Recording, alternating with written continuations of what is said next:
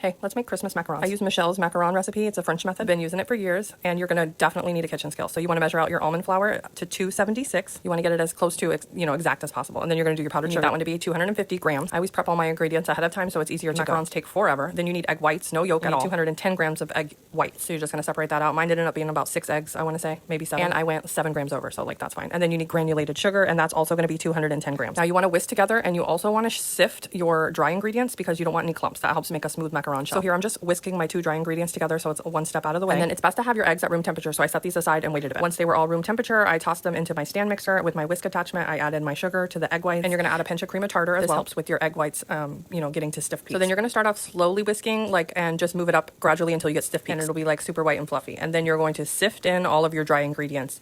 I do about half the first sift, and then I'll do the other half, and then I'll fold it all in with the macaronage. You can look up a video on how to do that, but you're basically like swooping around the side of the bowl and then back through the middle, and then you swoop and back through the middle, swoop and back through the middle. So you can see here, around and then through the middle, around through the middle, and you just do that over and over again. It's hard to explain. They want you to mix it until it's like lava cake.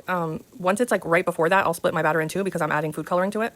Otherwise, if you were doing a full batch, you would add your food coloring like in the beginning. I'm just adding some white powder to this one to make it a little bit whiter because I'm going to do snowman. For my other one, I'm adding green. But you see, I'm trying to show you, it's kind of like lava flowing. You want to be able to kind of make like a figure 8.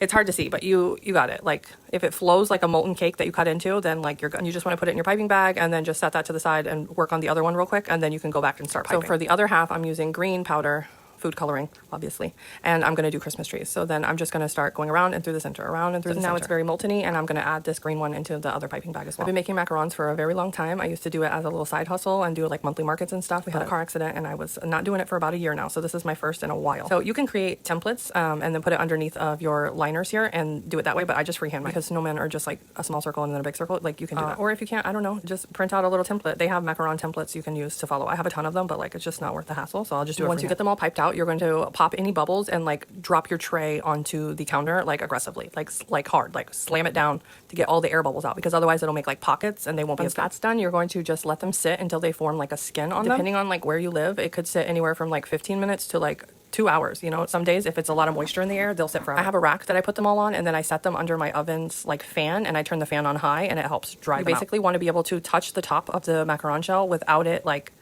getting anything on your finger. Like it should be like dry. So again, now I'm doing the Christmas trees and I'm just freehanding it again. Did they turn out perfect? No, but I'm going to cover them in icing and sugar, and you won't even be able to tell that they're like a little wonky of a triangle. And also like you can take your toothpick or your scribing tool and go back in and kind of make the shape better. So like some of these are a little wonky, and I'll just move the icing over before I tap them down. And then here I have just a little bit more of the icing, so I'm just doing one tray with like some round circles just to use up all the extra batter of mine. All right, and the first round circle ones are out of the oven, so once they come out, you want to let them cool completely, and they should just easily remove from your mat. You see, you just literally touch them and they pop right off. Then you want to go through all of them and match them up, so like find the ones that are the right sizes. And now they're ready to fill, so I'm just going to start filling them with birthday cake. And once I get them all filled, I'll pop them into the fridge so they can set for a bit, and then I'll decorate them as well. I'm ready to fill my little Christmas trees, and I'm doing dulce de leche on these ones. So I'm just, kind of piping the same shape so it's all nice and filled. Then same thing, I'm going to pop the lids on them and put them in the fridge so that they can set up for a bit before I start decorating. Now I'm ready to start decorating the Christmas trees. I'm just taking some white icing, making like a little like ribbon across them, you can see, and then dunking them in sprinkles so it looks like Christmas lights all over the tree. This was always a big hit at my markets, and it's an easy decoration to do like quickly because these take forever. I did this over multiple days, like it took so long. And then for the little white birthday cake ones, I'm just going to draw a reef, and these are edible food markers. I have,